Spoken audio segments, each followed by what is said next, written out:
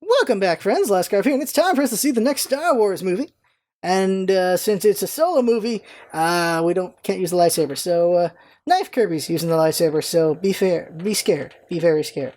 So next one is Solo. We're gonna see Solo because we're watching these in chronological order instead of release order. So Solo would be next. He was around for the Empire starting up, I guess, or something like that. And 70% on Rotten Tomatoes, 6.9, nice on IMDb.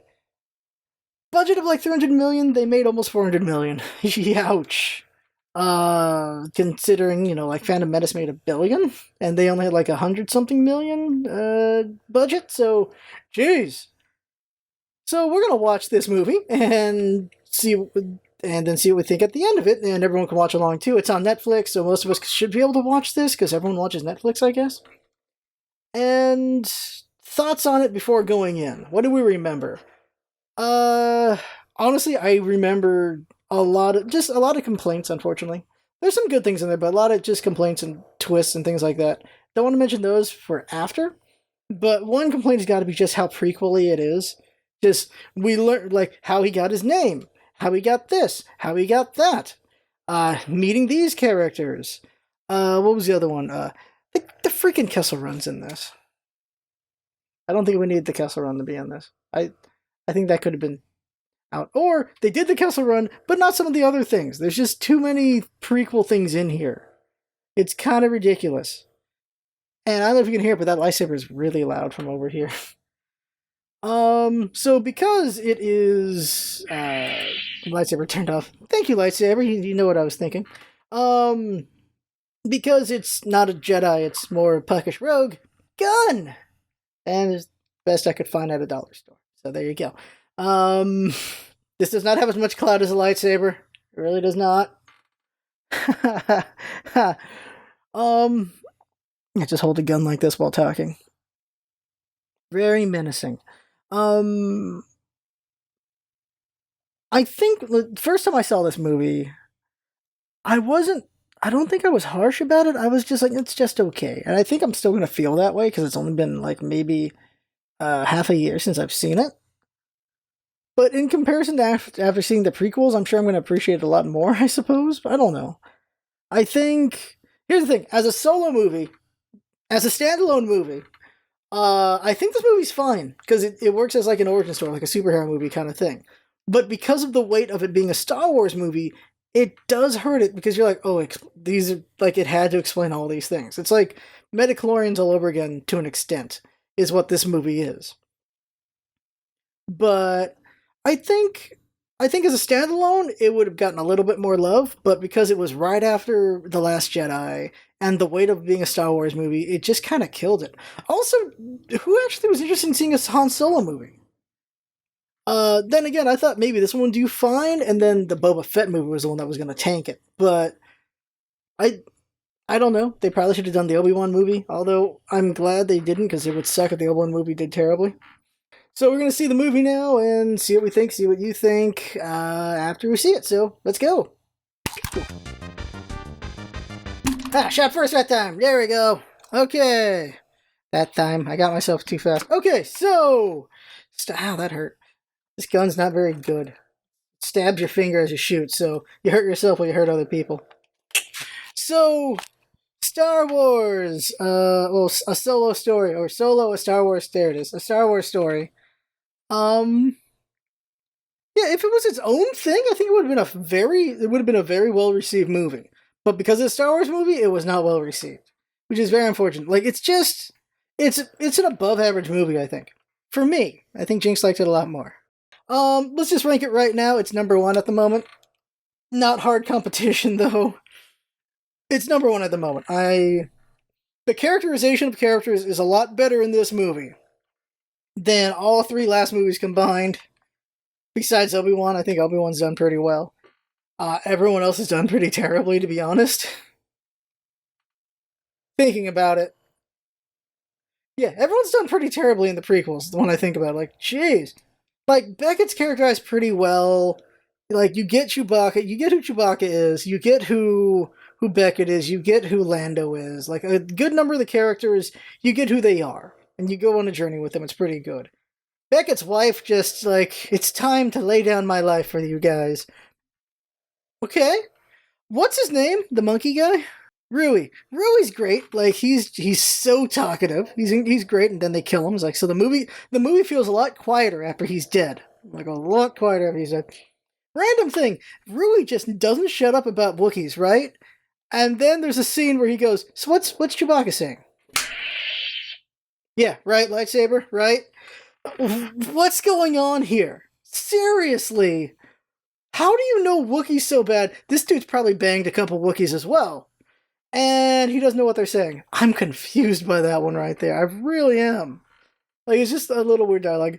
Also, I feel like the stakes were not conveyed well enough for why Beckett's wife thought it was okay to kill herself, because it seemed like they were still going to be fine, just her getting on the train at that moment. I don't. I guess I have to watch it a third time to understand why she needed to do the sacrifice play there. I really don't get it. And also, they don't even get to use the coaxial, they just lose it there. I can't even remember the name of that group. I keep wanting to say Gemini Rue. What the hell is the name of that group? The Ginger Marauders, that's how I'm going to put it. They're led by the Ginger Girl. Something Ness, or something Vess, or something like that. The Ginger Marauders.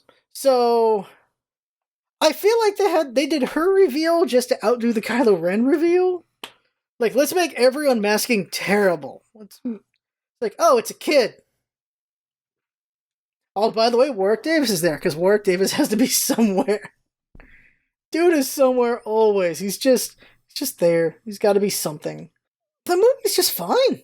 It does feel like it gets long a bit, though. Like, I don't know. They spend so much time trying to convey just Han Solo's a good guy who's pretending to be a bad guy. That I guess he's been doing that for 40 years, because by the time we get to Star Wars, he's still on this whole shtick. I don't know what they're trying to characterize there with Han. Like he was a good guy, and then eventually he's gonna become a guy who's just jaded and everything. We're just not at that point yet. I guess that's what they're going for. But we learned so many things about him. It's like we learned maybe too many things about him, and they were also setting up the second movie too, so that we could learn more things about him, because he's gonna do some job for Jabba, which I assume is what leads to him trying to get what leads to Jabba trying to capture him. That's what I'm assuming there. But like he gets Chewie, which okay, what are the things that we learned that had to be there? Getting Chewie, yeah, that needed to be there. Getting the Millennium Falcon, I think we could have had him get it in the second movie. Like he didn't have to get it at the end of this movie.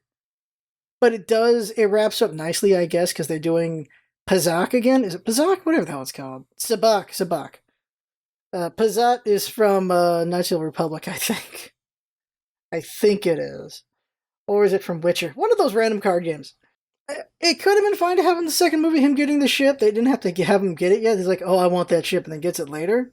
But it does wrap things up pretty nicely with him and Lando Calrissian, Lando Calrissian, which friggin' Donald Glover acts the hell out of his character in this movie, and he does a good job just being that character. Like you really get Lando's just this guy who's very full of himself, very, very sure, just very suave and all that things. Like, it just works out pretty well. And then the resident droid in L3, I think.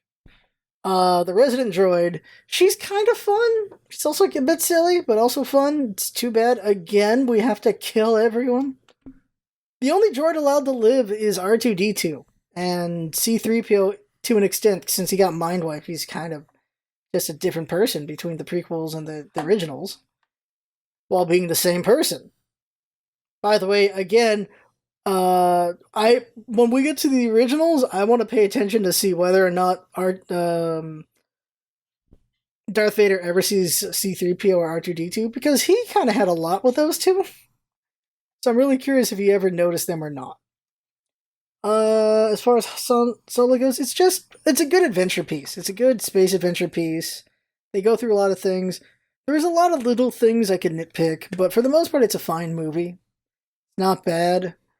And yeah, and that's why it's number 1 right now, which isn't saying much, I know. I know it's not saying anything, really. But next after this one's going to be Rogue One, and... oh, no, real quick. Freaking Darth Maul reveal. Oh my god.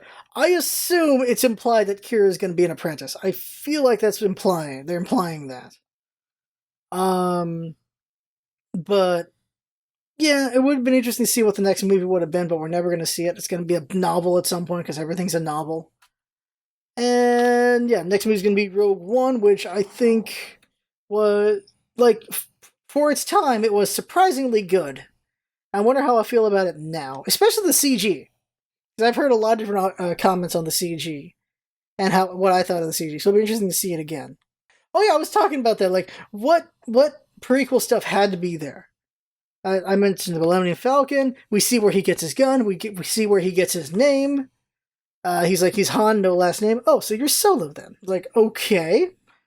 The Kessel runs in here. He gets his gun in this movie. He gets his sense of being a smuggler as well from Beckett. Like, he learns from Beckett to be a lot of things. Like, he learns to shoot first, kind of thing. He learns that from Beckett. He learns just not to trust people, which is why he's so quick to run in the originals. And yeah, like, some of these things didn't need to be in this movie. We didn't need to learn everything.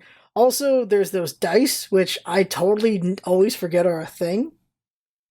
Like, they put them in your face in The Last Jedi, and they put them in your face a little bit in this. I don't remember them in the originals at all. If they're in the originals, I don't freaking remember them right now. Oh, and they also put them in your face in Episode 7 as well. I don't remember these damn dice. I really don't remember what those dice are about. It'd be amazing if the dice aren't even in the original trilogy. They just got added in 7. I don't remember the dice. I really don't. Real quick is just Vision was a pretty good villain. I liked him. He was pretty menacing. I thought he was pretty good. He's like, oh, you get there's something really wrong underneath that guy. Like, you really get that. It's pretty good. Paul Bettany, I think that's his name. So, not a bad villain. Like, he was serviceable. Like, not everyone can be Thanos. That's become the freaking standard. It used to be not everyone could be Loki. Yeah, I think it's just a fine movie. It's a 70 on Rotten Tomatoes, probably maybe more than 75, 80 maybe. Not bad. Oh yeah, how many characters died in this movie? What's the body count? The monkey guy, his death was okay. The lady mercenary, her death was it doesn't feel right to me. Doesn't feel very good to me. The villain death, I think the villain death was not bad. Beckett's death was pretty good. Like, I really was going to play the accordion, man. I was really going to play that. Whatever it's called. Fun fact Jinx told me is that instrument is from Fisto's planet, who died like a bitch in the 3rd movie. Jesus. L3's death, which, by the way, she's in the ship? That's a random-ass fact we get. Like, L3 is part of the ship? That's never been a thing as far as I know. So that's everything. That's everything I think to say. I can make more complaints, I think, but why? I think the movie's fine. One thing to appreciate is the variety of aliens. That's always been something to appreciate about Star Wars. Is there's such a variety of aliens going on in these movies. I like that. They're pretty creative with that. Not everyone's a biped. Just most of them are. Or just like not everyone looks like a human, which appreciate that. We actually get a bunch of different kind of aliens. And yeah, next one's gonna be Rogue One. So, what did you think of the movie? Really interested to hear what everyone else thinks. And if you actually rate any of the prequels over this one, like I could accept that. I can accept any of them being picked over this. I really can. Rogue One, I would not accept. Rogue One, spoiler alert, Rogue One's gonna be number 1 next. I already know that already. It's when we get to the originals. And when we get to the last 5 movies, that's where the debate's really going to be, I feel. And I'm really curious how that's going to go. But that right there is the us watching Star Wars movies and getting on to the next one. I had fun with watching and talking in the comments, and that's what it's all about, isn't it? Having fun. Thanks for coming by, and see you next time, and shooting you again. Ah! Like a child.